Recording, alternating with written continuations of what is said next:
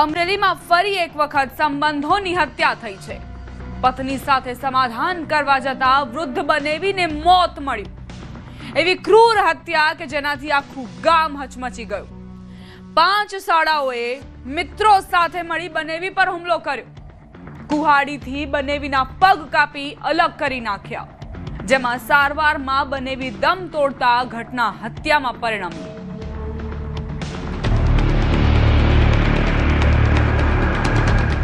સૌરાષ્ટ્રનો અમરેલી જિલ્લો, જે આમ તો ખેતી માટે પ્રખ્યાત અને શાંત જિલ્લો ગણાય છે, પરંતુ છેલ્લા કેટલાક સમયથી અમરેલીમાં ક્રાઇમની ઘટનાઓમાં વધારો થયો છે. જૂથ અથડામણ, હત્યા, લૂંટ જેવી ઘટનાઓ જાણે કે સામાન્ય બની ગઈ છે, જેથી સુરક્ષા વ્યવસ્થા પર પણ સવાલ ઉઠી રહ્યા છે. ફરી સંબંધોની થઈ હત્યા. 5 શાળાઓએ બનેવીની કરી ક્રૂર હત્યા. મિત્રો સાથે મળી બનેવીનો પગ કાપી નાખ્યો. સારવારમાં બનેવીએ તોડ્યો દમ. આ દ્રશ્યો તમને વિચલિત કરી શકે છે. આ ક્રૂરતા ભર્યા દ્રશ્યો અમરેલીના વડિયા તાલુકાના નાનકડા ગામ અરજણ સુખથી સામે આવ્યા છે, કે જ્યાં સંબંધોની હત્યા થઈ છે. 5 શાળાઓએ તેમના મિત્રો સાથે મળી 60 વર્ષીય બનેવી પર જીવલેણ હુમલો કર્યો. 10 થી વધુ શખ્સોએ કુહાડીથી હુમલો કરી વૃદ્ધનો પગ કાપી નાખ્યો, જે બાદ તેમને સારવાર માટે રાજકોટ ખસેડાયા હતા, જ્યાં સારવાર દરમિયાન વૃદ્ધનું મોત થતા સમગ્ર મામલો હત્યામાં પરિણમ્યો છે. અમરેલીના અરજણ સુખ ગામે મોડી રાત્રે એવી ઘટના ઘટી કે સમગ્ર ગામમાં ખળભળાટ મચી ગયો. ગોંડલના 60 વર્ષીય દિનેશભાઈ સોલંકી અરજણ સુખ ગામે તેમના સગાને ત્યાં આવ્યા હતા. તેઓને આ વારદાતનો કોઈ અંદાજ નહોતો. વૃદ્ધ તેમના સગાને ત્યાં હતા ત્યારે 5 શાળાઓએ મિત્રો સાથે મળીને ઉશ્કેરાઈને હુમલો કર્યો હતો. વાત કંઈક એવી છે કે મૃતક દિનેશ સોલંકીને તેમના પત્ની અને બાળકો સાથે માથાકૂટ થઈ હતી, જેથી તેઓએ છેલ્લા એકાદ મહિનાથી ઘર છોડી દીધું હતું. દિનેશભાઈ અરજણ સુખ ગામમાં રહેતા તેમના સગા ભરતભાઈને ત્યાં આવ્યા હતા અને પત્ની સાથે સમાધાનની ચર્ચા માટે તેમના 5 શાળાઓને બોલાવવામાં આવ્યા હતા. ભરતભાઈના ઘરે સમાધાનની વાતચીત દરમિયાન મામલો અચાનક ઉગ્ર બની ગયો અને 5 શાળાઓએ મિત્રો સાથે મળીને ઉશ્કેરાઈને જોતજોતામાં બનેવી પર હુમલો કર્યો. જે હાથમાં આવ્યું તે ધોકા, પાઇપ, કુહાડીથી કર્યો હુમલો, જેમાં કુહાડીથી તેમનો પગ કાપી નાખ્યો, જે શરીરથી અલગ થઈ ગયો હતો. દિનેશભાઈને સારવાર અર્થે અમરેલી બાદ રાજકોટ ખસેડવામાં આવ્યા હતા, જ્યાં સારવાર દરમિયાન દિનેશભાઈનું મોત થયું. દિનેશભાઈને પોતાના પરિવાર સાથે, પોતાના પત્ની અને બાળકો સાથે માથાકૂટ ચાલતી હોય ને એટલે જ એકાદ મહિનાથી પોતાનું ઘર છોડેલું હોય. આ જ સંદર્ભમાં દિનેશભાઈ પોતાના શાળાઓ સાથે ચર્ચા કરવા માટે મનીષાબેનના ત્યાં ભેગા થયા હતા. દિનેશભાઈના શાળા કાનજી જયરામ સાવલિયા અને હકુ જયરામ સાવલિયાના સૌ પ્રથમ આવેલ અને વાતચીત ચાલતી હતી. એ દરમિયાન 5:30-6 વાગ્યામાં એમની વચ્ચે બોલાચાલી થતા હકુભાઈ દ્વારા તેમના અન્ય બીજા 3 ભાઈ બાઘો, નાનો અને જાદવ, આ 4-5 ભાઈઓ તથા સાથે અન્ય બીજા આવેલા 3 કિસમો દ્વારા દિનેશભાઈ સોલંકીઓને માથાના ભાગે, હાથના ભાગે લોખંડી પાઇપ, કુહાડી જેવા પ્રાણઘાતક હથિયારોથી હુમલો કરેલ. ક્રૂર હત્યાથી ગ્રામજનોમાં ફફડાટ. નાનકડા ગામમાં આવી મોટી ઘટના આજ દિન સુધી કોઈએ જોઈ નહોતી. હત્યાની આ ઘટનાથી આખા ગામના લોકોની ઊંઘ ઉડી ગઈ છે. ગ્રામજનોમાં ડરનો માહોલ ફેલાઈ ગયો છે. ત્યારે સરપંચનું કહેવું છે કે બહારના લોકોએ આવીને હત્યાને અંજામ આપ્યો, જેના કારણે ગામ પર ડાઘ લાગી ગયો છે. વધુમાં આક્ષેપ કર્યો કે બહારથી રહેવા આવતા લોકો સરકારી જમીન પર ઘર બનાવીને રહેવા લાગે છે, જે અંગે મામલતદારને અગાઉ રજૂઆત કરી હતી, પરંતુ કોઈ પગલાં લેવાયા નહીં. અરજણસુખ ગામની અંદર આવો ડાઘ તો ક્યારેય નથી બેઠેલો. મારા 20 વર્ષની અંદર 15 વર્ષ ત્યાં તો હું પંચાયતની અંદર છું, પણ કોઈ આવો ડાઘ બેઠેલો નથી. એવો ડાઘ અરજણસુખના ધારની જમીન ઉપર બેહારીને અરજણસુખનું નામ સાપે ચડાવ્યું કે બહારના માણસો આવીને અહીંયા ખૂન ખરાબા કરી ગયા રાતના આવીને.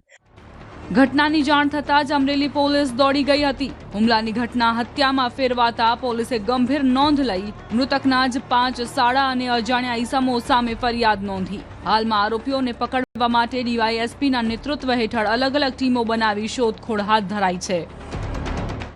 દિનેશભાઈ સોલંકીના મૃત્યુ નિપજાવવા માટે વડિયા પોલીસ સ્ટેશનમાં તમામ આરોપીઓ વિરુદ્ધ ગુનો દાખલ કરવામાં આવેલ છે. આગળ તપાસ કાર્યવાહી ચાલુ છે. કેટલા આરોપી? હાલમાં દિનેશભાઈના 5 શાળા અને એમની સાથે આવેલા 3 થી 4 જેટલા ઈસમો. સાળાના હાથે જીજાની આવી ક્રૂર હત્યાથી સમગ્ર ગામમાં ચકચાર મચી ગઈ છે। ત્યારે હવે સંબંધોની હત્યા કરનારા સાળા પોલીસ પકડમાં ક્યારે આવશે તે જોવું રહ્યું। અમરેલીથી રાજન ગઢિયા, ન્યૂઝ 18 ગુજરાતી। ગુજરાતમાં ફરી થ્રિલર ફિલ્મની માફક પોલીસ અને આરોપીઓ વચ્ચે ધડાધડ ફાયરિંગ થયું। છેલ્લા 10 દિવસમાં આ બીજી ઘટના છે જેમાં પોલીસે સ્વ બચાવમાં ફાયરિંગ કરી આરોપીને પગમાં ગોળી મારી પકડી પાડ્યા। બિલીમોરામાં આરોપીઓ હજુ હથિયારોની કોઈ ડીલ કરે તે પહેલા જ એસએમસી ત્રાટકી 4 આરોપીને ઝડપી પાડ્યા। શું હતો બિશ્નોઈ ગેંગના સભ્યોનો મોટો પ્લાન? જુઓ આ રિપોર્ટમાં।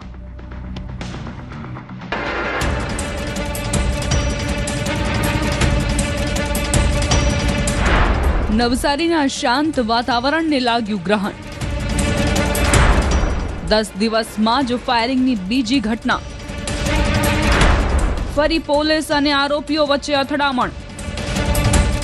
સૌથી શાંત જિલ્લો જ્યાં ક્રાઇમ રેટ પણ ઓછો તે નવસારી જિલ્લો હવે ગુનેગારો અને વોન્ટેડ આરોપીઓ માટેનું જાણે આશ્રય સ્થાન બની રહ્યો હોય તેવો ઘાટ સર્જાયો છે। છેલ્લા 10 દિવસમાં બનેલી 2 ગંભીર ઘટનાઓથી ખળભળાટ મચી ગયો છે। આ બંને ઘટનાઓમાં પોલીસને આરોપીઓને પકડવા માટે ફાયરિંગ કરવાની ફરજ પડી, જે કાયદો અને વ્યવસ્થાની ગંભીર સ્થિતિ દર્શાવે છે। તારીખ 11 નવેમ્બર 2025 મંગળવાર। દિલ્હી બ્લાસ્ટ બાદ એલર્ટ પર હતી પોલીસ। બાતમીના આધારે એસએમસી પહોંચી બિલીમોરા। બિશ્નોઈ ગેંગના સાગરીતોએ કર્યું ધડાધડ ફાયરિંગ। આરોપીઓ અને પોલીસ વચ્ચે ફાયરિંગ। દિલ્હીમાં કાર બ્લાસ્ટ બાદ ગુજરાત પોલીસ એલર્ટ મોડ પર હતી। ડીજીપી દ્વારા એવી સૂચના અપાઈ હતી કે એસએમસીની અલગ અલગ ટીમો આ એલર્ટ સંદર્ભે ધ્યાન રાખે અને કંઈ પણ શંકાસ્પદ જણાય તો તેના પર કાર્યવાહી કરે। આ દરમિયાન સ્ટેટ મોનિટરિંગ સેલને નવસારીના બિલીમોરામાં એક બાતમી મળી અને ટીમ આરોપીઓને પકડવા રવાના થઈ। હજુ તાજેતરમાં જ સુરતના સલમાન લસ્સીને પકડવા જતા પોલીસ પર હુમલો કર્યો હતો, જેમાં પોલીસે સ્વ બચાવમાં ફાયરિંગ કરવાની ફરજ પડી હતી, જેથી એસએમસીની ટીમ એલર્ટમાં જ હતી। આરોપીઓ મિની સોમનાથ મંદિરે હોવાનું જાણવા મળતા એસએમસીની ટીમ ત્યાં પહોંચી। પોલીસને જોઈ આરોપીઓએ એસએમસી પર ધડાધડ ફાયરિંગ કર્યું, જેના સ્વ બચાવમાં પોલીસે પણ ફાયરિંગ કર્યું, જેમાં એક આરોપીને પગમાં ગોળી વાગતા સારવાર માટે ખસેડાયો। આ ઘટના કોઈ થ્રિલર ફિલ્મથી કમ નહોતી। પોલીસે બાકીના 3 આરોપીઓની ધરપકડ કરી તેમની પાસેથી 3 દેશી પિસ્તોલ અને 27 જીવતી કારતૂસ જપ્ત કરી છે। આરોપી નંબર 1 મનીષ કુમાવત, ગણદેવી। આરોપી નંબર 2 મદન કુમાવત, રાજસ્થાન। આરોપી નંબર 3 યશ સિંઘ, હરિયાણા। આરોપી નંબર 4 ઋષભ ઉર્ફે અશોક શર્મા, મધ્યપ્રદેશ। આ 4 આરોપીઓ કોઈ સામાન્ય ગુનેગાર નહોતા, પણ આ બિશ્નોઈ ગેંગના સાગરીતો હોવાનું કહેવાઈ રહ્યું છે। સમગ્ર બનાવની વાત કરીએ તો એસએમસીને બાતમી મળી હતી કે મૂળ રાજસ્થાનના અને હાલ નવસારીના બિલીમોરામાં રહેતા બિશ્નોઈ ગેંગના મનીષ કાલુરામ કુમાવત અને મદન કુમાવત નામના 2 શખ્સને હરિયાણાનો યશ સિંઘ અને મધ્યપ્રદેશનો ઋષભ અશોક શર્મા હથિયાર સપ્લાય કરવા આવ્યા છે। તે એક હોટેલમાં રોકાયા છે, જેની બાતમીના આધારે એસએમસીની ટીમે દરોડા પાડ્યા તો ત્યાં રાજસ્થાનના 2 આરોપી જ મળ્યા હતા, જેની પૂછપરછમાં અન્ય 2 આરોપી નજીકમાં આવેલા મિની સોમનાથ મંદિરમાં હોવાની માહિતી મળતા એસએમસી ત્યાં દોડી ગઈ, જ્યાં પોલીસને જોઈને આરોપીઓએ ભાગવાનો પ્રયાસ કર્યો હતો અને સાથે આરોપી શાર્પ શૂટર યશ સિંઘે પોલીસ ઉપર ગોળીબાર કર્યો હતો, જેથી સ્વ બચાવમાં એસએમસીના પોલીસ ઇન્સ્પેક્ટર ચંદ્રશેખર પનારાએ પણ સામે ફાયરિંગ કર્યું હતું, જેમાં આરોપીના પગમાં ગોળી વાગતા તે પડી ગયો હતો। ત્યારબાદ પોલીસે કોર્ડન કરીને આરોપીને પકડી પાડ્યા। જે 4 લોકો હતા તે પૈકી એક આરોપીએ પોતાની પાસેનું એક વેપન કાઢી અને પોલીસ ઉપર ફાયર કર્યું। આ ફાયરમાં પોલીસને ઈજા ના થઈ, પરંતુ બીજું ફાયર થયું તે સમય દરમિયાન ઝપાઝપી થઈ અને ઝપાઝપી કરી અને આગળ ત્રીજો રાઉન્ડ ફાયર કરવાની તૈયારી હતા।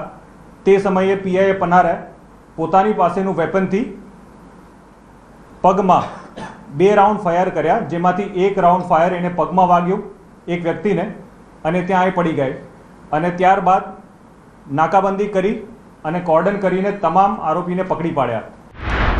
પૂછપરછમાં થયો મોટો ધડાકો। આરોપીઓની પ્રાથમિક પૂછપરછમાં એવો ખુલાસો થયો કે પોલીસના પગ તળેથી જમીન ખસી ગઈ. આ હથિયાર તેઓ મધ્યપ્રદેશ અને રાજસ્થાનથી લઈને આવ્યા હોવાનું સામે આવ્યું છે અને આરોપીઓ કંઈક મોટા કામને અંજામ આપવાના હતા. શું અંજામ આપવાના હતા તેની વિગતો એસએમસીની ટીમ મેળવી રહી છે. એસએમસીએ કુલ 4 આરોપીને કબજે કર્યા છે. સ્ટેટ મોનિટરિંગ સેલે પોલીસ પર હુમલો અને આર્મ્સ એક્ટ હેઠળ ગુનો નોંધી વધુ તપાસ હાથ ધરી છે. એ આરોપીઓનો ગુનાહિત રેકોર્ડ છે. એ લોકો મર્ડર કરેલા છે, એ લોકો ખંડણીઓ ઉઘરાઈ છે જેમાં એ લોકોને ગુના દાખલ થયેલા છે, એ લોકો નાર્કોટિક સબસ્ટન્સ સપ્લાય કરવામાં અને ડિલિવર કરવામાં પણ ઇન્વોલ્વ છે, મારામારીના પણ ગુના છે અને આ બનાવ સિવાય બી અન્ય આર્મ્સ એક્ટના ગુના દાખલ થયેલા છે. એ મનીષ કુંપાવત મૂળ રાજસ્થાનનો છે અને બહુ શોર્ટ ટાઈમ પહેલાં જે નવસારીમાં બિલીમોરામાં આવેલો છે. સો એ કેવા કારણોસર અહીંયા આવ્યો છે અને શું કામ કરે છે એની તપાસ ચાલુ છે. પણ આ વ્યક્તિ ગુજરાતમાં થોડા સમયથી છે, જેણે બાકીના 3 લોકોને બોલાયા છે અને નવસારીમાં રાખેલા છે. એટલે શોર્ટ ટાઈમ એ લોકોનો ગુજરાતમાં છે, પણ એ લોકો ગુજરાતમાં હતા કે શું ટાર્ગેટ હતું એ બાબતની પૂછપરછ એસએમસીની ટીમ કરી રહી છે. પ્રાથમિક રીતે આરોપીનો રેકોર્ડ ચેક કરવામાં આવતા 4 આરોપીઓ સામે હત્યા, ખંડણી, એનડીપીએસ, મારામારી અને અન્ય આર્મ્સ એક્ટના ગુનાઓ નોંધાયેલા છે. 4 આરોપીઓની ધરપકડ કરી એસએમસી ખાતે લઈ આવવામાં આવ્યા છે. આરોપીઓ કઈ રીતે અલગ અલગ રાજ્યોમાંથી નવસારી ખાતે ભેગા થયા અને આગળ શું કરવાના છે તેની વિગતો તપાસવામાં આવી રહી છે. જે 4 લોકો હતા તે પૈકી એક આરોપીએ પોતાની પાસેનું એક વેપન કાઢી અને પોલીસ ઉપર ફાયર કર્યું. આ ફાયરમાં પોલીસને ઈજા ના થઈ, પરંતુ બીજું ફાયર થયું તે સમય દરમિયાન ઝપાઝપી થઈ અને ઝપાઝપી કરી અને આગળ ત્રીજો રાઉન્ડ ફાયર કરવાની તૈયારી હતા. તે સમયે પીઆઈએ પનારે પોતાની પાસેનું વેપનથી પગમાં 2 રાઉન્ડ ફાયર કર્યા, જેમાંથી એક રાઉન્ડ ફાયર એને પગમાં વાગ્યું એક વ્યક્તિને અને ત્યાં એ પડી ગઈ. અને ત્યારબાદ નાકાબંધી કરી અને કોર્ડન કરીને તમામ આરોપીને પકડી પાડ્યા. પોલીસે આરોપીઓ પાસેથી 3 દેશી પિસ્તોલ અને 27 જીવતી કારતૂસ જપ્ત કરી છે. રિકવર કરવામાં આવેલ હથિયારોની કન્ડિશન સારી છે, એટલે તે ક્યાંથી લાવ્યા હતા અને હથિયારનો શું ઉપયોગ કરવાના હતા તે બાબતે પણ વિસ્તૃત પૂછપરછ કરવામાં આવશે. નવસારીથી ભાવિન પટેલ સાથે ગાંધીનગરથી મૌલિક ધામેચા, ન્યૂઝ 18 ગુજરાતી. અમદાવાદ સાયબર ક્રાઇમે સૌથી મોટા સાયબર રેકેટનો પર્દાફાશ કર્યો છે. સાયબર ફ્રોડ કરનાર નાઇજીરિયન ગેંગ સાથે કામ કરનાર 6 આરોપીની ધરપકડ કરાઈ છે. આરોપીઓ નાઇજીરિયન ગેંગને 10% કમિશન પર એકાઉન્ટ પૂરા પાડતા હતા. સાથે સાથે ફ્રોડના નાણાં ઉપાડીને નાઇજીરિયન ગેંગને પહોંચાડતા પણ હતા. આ ગેંગ કેવી રીતે કામ કરતી અને રેકેટના તાર ક્યાં સુધી લંબાયેલા છે, જુઓ આ રિપોર્ટમાં.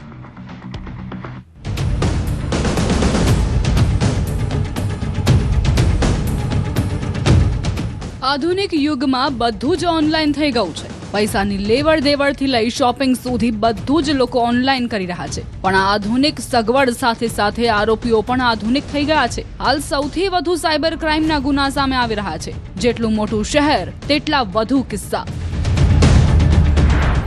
સાયબર માફિયાઓની ઇન્ટરનેશનલ જાળ. સાયબર ક્રાઇમને હાથ લાગી મોટી સફળતા.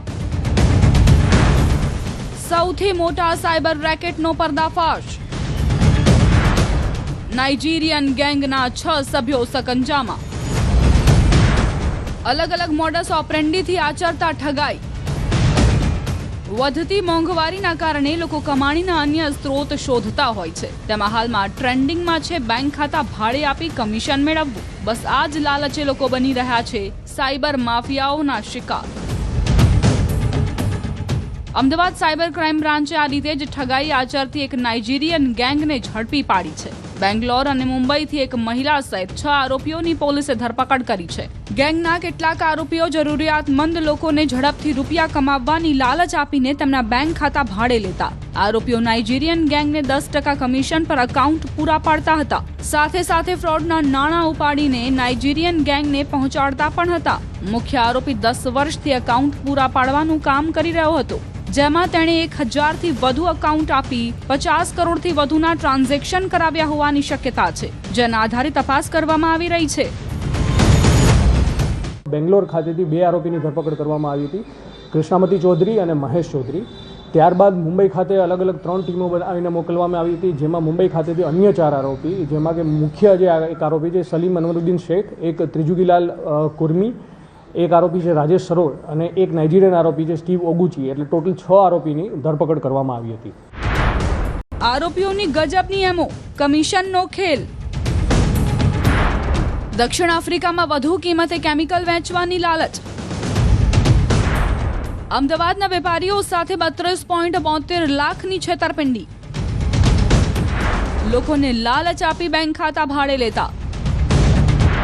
ફ્રોડના નાણાં નાઇજીરિયન ગેંગને પહોંચાડતા. આરોપીઓ ઓનલાઈન માધ્યમથી કોઈપણ વેપારીનો સંપર્ક કરતા અને ઓછા ભાવે કેમિકલ ખરીદીને દક્ષિણ આફ્રિકામાં વધુ કિંમતે વેચી આપવાની લાલચ આપી રૂપિયા પડાવતા. અમદાવાદમાં પણ તેમણે આ રીતે એક વેપારી પાસેથી 32,72,000 પડાવ્યા હતા, જેમાંથી રૂપિયા 5,52,000 કૃષ્ણામતીના એકાઉન્ટમાં જમા કરાવ્યા હતા. પોલીસ તપાસમાં સામે આવ્યું છે કે કૃષ્ણામતી, મહેશ અને તેમનો જમાઈ ત્રણે ભેગા મળીને જુદા જુદા એન્ટરપ્રાઇઝના નામે બેંક એકાઉન્ટ ખોલાવતા હતા અને ત્યારબાદ સાયબર ક્રાઇમ કરતા ગઠિયાઓને ફ્રોડના રૂપિયા જમા કરાવવા ભાડે આપતા હતા, જેના બદલામાં તેઓને અત્યાર સુધીમાં 6 થી 7 લાખ જેટલું કમિશન મળ્યું છે. યુપી, બિહાર અને નેપાળથી અલગ અલગ લોકોને લાવે છે. એમના નામે એક ટેમ્પરરી સ્ટે મુંબઈમાં કે કોઈ અન્ય જગ્યાએ ગોઠવી અને એમના નામે પ્રોપ્રાઇટરશિપ ફર્મ બનાવે છે. જેમ કે કરંટ આરોપી જે છે કૃષ્ણામતી ચૌધરી, એના નામે કૃષ્ણા એન્ટરપ્રાઇઝ બનાવવામાં આવ્યું હતું. મહેશ ચૌધરી છે, એમના નામે લક્ષ્મી એન્ટરપ્રાઇઝ કરીને અકાઉન્ટ બનાવવામાં આવ્યું હતું. અને પછી આ ફર્મના નામે અલગ અલગ બેંકમાં 15 થી 20 જેટલા અકાઉન્ટ ખોલાવે છે. અને આ અકાઉન્ટોનો ઉપયોગ છે એ આ નાઇજીરિયન ગેંગ દ્વારા જે ફ્રોડના નાણાં જમા કરવા માટે આવતો હતો. તો જે કૃષ્ણામતી ચૌધરી છે અને મહેશ ચૌધરી, એમને આ અકાઉન્ટ ખોલાવવા માટે છેલ્લા 1.5 વર્ષમાં અત્યાર સુધીમાં 6 થી 7 લાખ રૂપિયા કમિશન મળેલું છે. અને ખાલી કૃષ્ણામતી ચૌધરીના જ અલગ અલગ અકાઉન્ટમાં અત્યારે 5.5 કરોડના ટ્રાન્ઝેક્શન મળી આવેલા છે. નાઇજીરિયન ગેંગ માટે કામ કરતો મુખ્ય આરોપી સલીમ શેખ છે, જેના માટે આ દંપતી ખાતામાંથી રૂપિયા ઉપાડીને સલીમ સુધી પહોંચાડતા હતા. સલીમ પોતાનું સહ આરોપીઓ અને એકાઉન્ટ હોલ્ડરનું 10% કમિશન મેળવી બાકીના નાણાં મુખ્ય નાઇજીરિયન આરોપીને મોકલી આપતો હતો.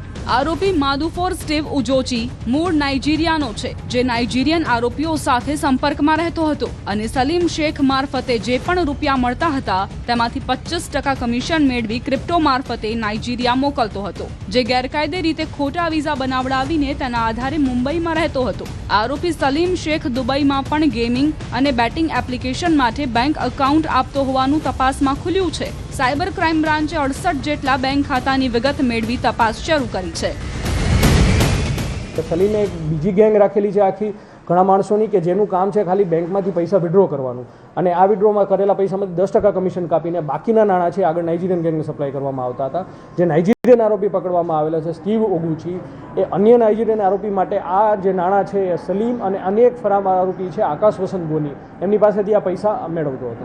પકડાયેલ આરોપીઓ પાસેથી પોલીસે 33 debit card, 14 mobile phone, 7 sim card સહિતનો મુદ્દામાલ કબજે કર્યો છે. કૃષ્ણામતી ચૌધરીના બેંક એકાઉન્ટમાં અત્યાર સુધી 1.5 વર્ષમાં રૂપિયા 5.5 કરોડ જેટલી રકમ જમા થઈ હોવાની પોલીસ તપાસમાં વિગત સામે આવી છે.